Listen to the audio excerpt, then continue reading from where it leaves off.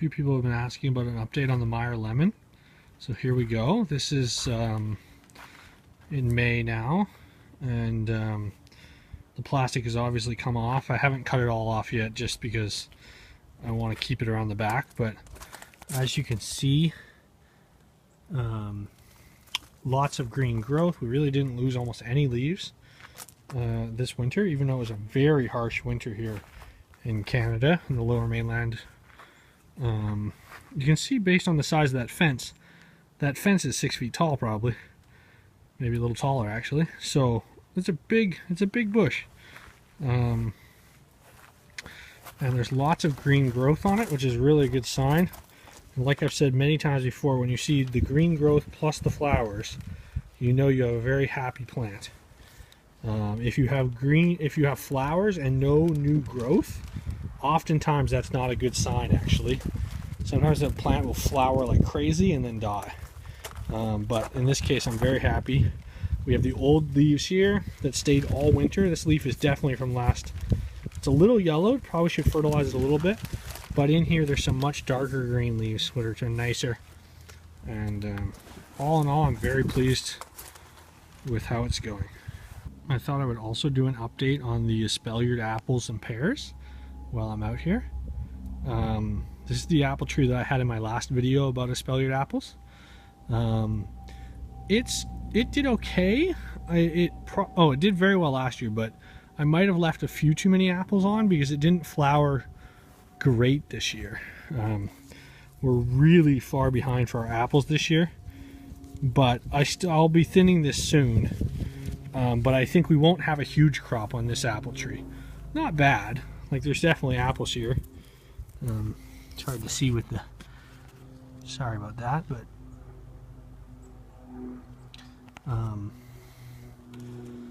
and there's definitely apples, but not great set. An okay set. It should be fine.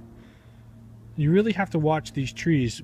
They can go biannual on you, meaning they'll fruit one year and then just have flower or just have vegetative growth the next year, because it's so easy to let them have so many fruit for the size of the tree, because there's so much fruiting wood on this. When you prune it like this, it ends up with a huge amount of fruiting wood, which means where the buds are and where you have blossom, but there's not a huge amount of vegetative growth. Obviously there is vegetative growth, but it's cut back compared to a normal apple tree.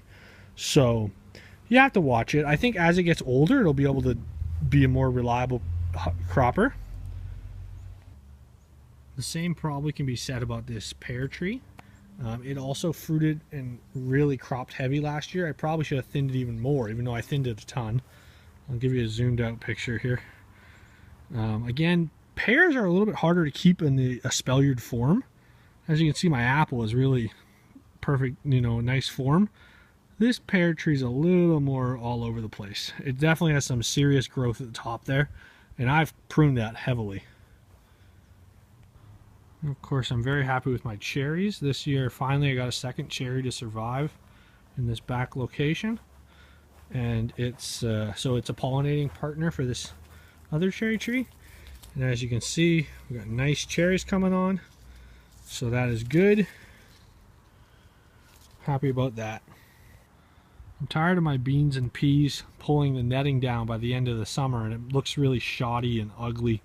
So I went ahead and did 4x4 posts with cement this year, and then 2 galvanized wires, and I've got the netting supported on those. I don't think that the peas and beans and cherry tomatoes and zucchini here, or no, these are cucumbers down here in the foreground, are going to pull this down. I'm very pleased about this. I've also got the corn planted, hasn't come up yet. We've got carrots, peas, beans, all that kind of stuff, all kinds of things in this row. And then we got potatoes all along this row, which the front half was planted a week before the back half. And as you can see, the back half is now coming up. So it takes a little while, but I need to weed this area here. But as you can see, there's lots of stuff happening now. And lastly, for this update, we have the grape arbor, and it's finally coming along. It's a good 3 to 4 weeks behind last year's maybe further.